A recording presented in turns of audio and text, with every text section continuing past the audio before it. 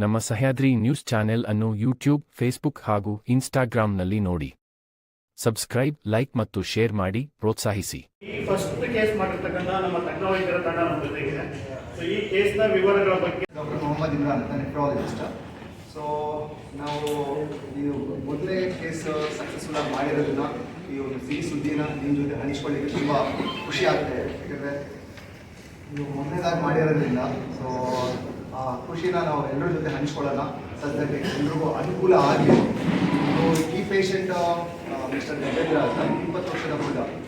So ಮೊಟ್ಟ ಮೊದಲನೇ ಬಾರಿ ನಮ್ಮಲ್ಲಿ ಬಂದಿದ್ದು ಜಾನ್ವರಿ 2024 ಅವನಿಗೆ ಆ ಟೈಮಲ್ಲಿ ಬಂದಾಗ ತುಂಬಾ ಹೈ ಬ್ಲಡ್ ಪ್ರೆಷರ್ ಮತ್ತು ಕಾಲಿನ ಊಟ ಉಸಿರಾಡಲಿಕ್ಕೆಲ್ಲ ಕಷ್ಟ ಇದೆ ಅಂತ ನನ್ನಲ್ಲಿ ಜಾನ್ವರಿಯಲ್ಲಿ ಬಂದಾಗ ಹಲವಾರು ಪರೀಕ್ಷೆಗಳನ್ನು ಮಾಡಿದಾದ್ಮೇಲೆ ಅವನಿಗೆ ಕಿಡ್ನಿ ಕಾಯಿಲೆ ಉಂಟು ಅಂತ ಖಚಿತವಾಯಿತು. ಆ ಕಿಡ್ನಿ ಕಾಯಿಲೆಯಲ್ಲೂ ಕ್ರಾನಿಕ್ ಕಿಡ್ನಿ ಡಿಸೀಸ್ ಅಂತೇಳಿ, ಅಂದರೆ CKD ಅಂತ.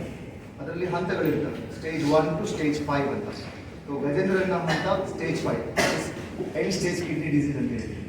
So end stage kidney disease ಅಂದರೆ ಸ್ಟೇಜ್ 5 ಆದಾಗ ಅವ್ರಿಗೆ ತಕ್ಷಣಕ್ಕೆ ಅವನಿಗೆ ಹಾಸ್ಪಿಟಲೈಸ್ ಮಾಡಬೇಕಾಗುತ್ತೆ. ಅಂದರೆ hospital he has productive life ahead. So ಅವ್ರ ಫ್ಯೂಚರ್ ಇದೆ ಅಂತ ಹೇಳ್ಬಿಟ್ಟು ಅವ್ರ ತಂದೆ ಅದನ್ನು ಸ್ವಲ್ಪ ಸೀರಿಯಸ್ ಆಗಿ ವಿಚಾರ ಮಾಡಿ ಕಿಡ್ನಿ ಡೊನೇಟ್ ಮಾಡಲಿಕ್ಕೆ ಹೇಳಲಿಕ್ಕೆ ಅವ್ರು ಮುಂದೆ ಬಂದರು. ಸೊ ಫಾದರ್ 30 months ಮಾಡಿರೋದ್ರಿಂದ ಒಂದು ಪೇಷಂಟ್ ಜೀವ ಉಳಿಸ್ಲಿಕ್ಕೆ ನಮಗೆ ಅನುಕೂಲ ಆಗಿದೆ. ಸೊ ಟ್ರಾನ್ಸ್ಪ್ಲಾಂಟ್ ಚಿಕಿತ್ಸೆ ಮಾಡೋಕ್ಕಿಂತ ಮುಂಚೆ ಪೇಷಂಟನ್ನು ಹಲವಾರು ಪರೀಕ್ಷೆಗಳು ಬೇಕಾಗುತ್ತೆ.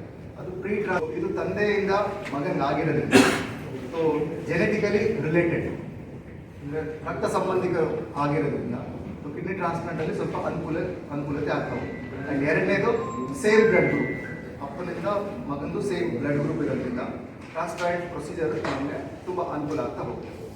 ಸೊ ಇಷ್ಟು ಹೆಚ್ಚು ಕಡಿಮೆ ಆಲ್ಮೋಸ್ಟ್ ಜಾನ್ವರಿಯಿಂದ ಅವರು ಡಿಸೆಂಬರ್ ತನಕ ಇದ್ರ ಬಗ್ಗೆ ಡಯಾಲಿಸಿಸಲ್ಲಿ ವಿಚಾರ ಮಾಡ್ತಾ ಹೋಗ್ತಿದ್ರು. ಟ್ರಾನ್ಸ್ಪ್ಲಾಂಟ್ ಮಾಡಿಸ್ಕೊಳ್ಳೋದು ಬೇಡ, ಹಲವಾರು ಪ್ರಶ್ನೆಗಳು ಅವ್ರು ಮಾಡಿಸಿದ್ರೆ ಅವ್ರ ಜೀವನ ಶೈಲಿ ಹೇಗಿರುತ್ತೆ, ಅವ್ರ ಲೈಫ್ ಸ್ಪ್ಯಾನ್ ಹೇಗಿರುತ್ತೆ, ಅವ್ರ ಕ್ವಾಲಿಟಿ ಆಫ್ ಲೈಫ್ ಹೇಗಿರುತ್ತೆ, ಇದೆಲ್ಲದನ್ನು ಅವ್ರು ನನ್ನ ಜೊತೆ ಎವ್ರಿ ಟೈಮ್ ಡಯಾಲಿಸಿಸ್ ಬಂದಂಗೆಲ್ಲ ಅದ್ರ ಬಗ್ಗೆ ಚರ್ಚೆ ಮಾಡ್ತಾ ಹೋಗ್ತಾಯಿದ್ರು. ಸೊ ಅದಕ್ಕೆ ತಕ್ಕಂಗೆ ಅದಕ್ಕೆ ಉತ್ತರ ನಾನು ನೀಡ್ತಾ ಹೋಗ್ತಾಯಿದ್ದೆ. ಬಿಕಾಸ್ ಇದು 20 years, ಸೊ ಟ್ರಾನ್ಸ್ಪ್ಲಾಂಟ್ ಮಾಡಿಸಿದ್ರೆ ತುಂಬ ಚೆನ್ನಾಗಿರ್ತಾನೆ ಅನ್ಲಿಕ್ಕೆ ಅವ್ರ ಪ್ರಶ್ನೆಗಳಿಗೆಲ್ಲರೂ ಉತ್ತರ ಕೊಡ್ತಾ ಹೋಗ್ತಿದ್ರು. ಅದ್ರ ಜೊತೆ ಅವರು ಕಂಪ್ಲೀಟ್ ಕುಟುಂಬದವ್ರಿಗೆ ಎಲ್ಲರಿಗೂ ಕೂರಿಸ್ಬಿಟ್ಟು ಅದ್ರ ಬಗ್ಗೆ ಕೌನ್ಸಿಲಿಂಗ್ ಮಾಡ್ತಾ ಹೋಗ್ತಿದ್ರು. ದಟ್ ಈ ಫಾದರ್ ಟು ಸನ್ ಟ್ರಾನ್ಸ್ಪ್ಲಾಂಟ್ ಮಾಡಿದ್ರೆ ಪೇಷಂಟ್ ಆರಾಮಾಗಿರ್ತಾರೆ, ಡೋನರ್ಗೂ ಕೂಡ ಏನು ತೊಂದರೆ ಆಗೋದಿಲ್ಲ ಅನ್ನೋದು ಇಷ್ಟು ಅವ್ರಿಗೆ ಧೈರ್ಯ ತುಂಬಿಸಾದ್ಮೇಲೆ ಸೊ ಅವರಾಗಿ ಅದನ್ನು ವಿಚಾರ ಮಾಡಿ ಫೈನಲಿ ನಮಗೆ ಟ್ರಾನ್ಸ್ಪ್ಲಾಂಟ್ ಮಾಡಲಿಕ್ಕೆ ನಾವು ಮುಂದುವರಿತೀವಿ ಅಂದಾಗ ಅದನ್ನು ನಾವು ಡಿಸೆಂಬರ್ 4 ನಾವು ಟ್ರಾನ್ಸ್ಪ್ಲಾಂಟ್ನ ಮಾಡಿದ್ದಾರೆ. ಅಂದರೆ ಯಾರೊಬ್ಬರು ಇದರಲ್ಲಿ ಎನಿಥಿಂಗ್ ಲೈಕ್ ಮನಿ ಲಾಂಡ್ರಿಂಗ್ ನಡೆಯುವುದಿಲ್ಲ, ಅಥವಾ ದುಡ್ಡಿನ ದುರವ್ಯವಸ್ಥೆ ಅಥವಾ ಯಾವುದು ನಡೀಬಾರ್ದು, ನಡೀಲಿಕ್ಕೂ ಇಲ್ಲ. ಯಾರು ಅದರಲ್ಲಿ ಇನ್ವಾಲ್ವ್ ಆಗಲಿಕ್ಕಿಲ್ಲ. Medical legal first main thing. ಆಮೇಲೆ ಒಮ್ಮತ ಇರಬೇಕು, ಅದು ಸಮ್ಮತಿ ಇರಬೇಕು. They should be very much agreeing. ಅದಕ್ಕೆ ಯಾವುದೇ ಫೋರ್ಸ್, ಎನಿ ಫೋರ್ಸ್ ಯಾವುದಕ್ಕೂ ಇರಬಾರ್ದು. Either any sort of blackmailing or money laundering should not be there. ಅದು ಇರಲಿಕ್ಕೆ ಇಲ್ಲ.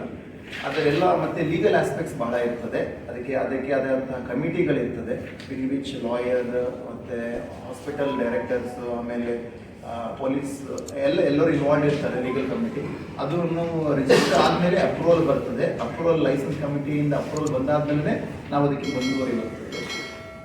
ಮೇನ್ಲಿ ಇದರಲ್ಲಿ ಯಾರು ಒಪ್ಪಿಗೆ ಕೊಟ್ಟಿದ್ದಾರೆ ಕಿಡ್ನಿ ಕೊಡಲಿಕ್ಕೆ, ಅವರು ಮೋಸ್ಟ್ ಶ್ರೇಷ್ಠವಾದ ಆ್ಯಂಡ್ ಮೋಸ್ಟ್ ಇಂಪಾರ್ಟೆಂಟ್ ಪರ್ಸನ್ ಆಗ್ತಾರೆ.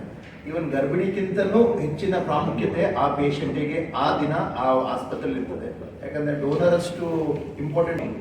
ಪ್ರೈವೇಟ್ ಜನರಲಿ ಒಂದು ರೇಟ್ ಅಂತ ಹೇಳಿದ್ರೆ starting from 7.5 and upwards for both, ಇಬ್ಬರಲ್ಲೂ ಸೇರಿ ಟೋಟಲ್ ಒಂದು ಕಾಸ್ಟ್ ಆಗುತ್ತೆ.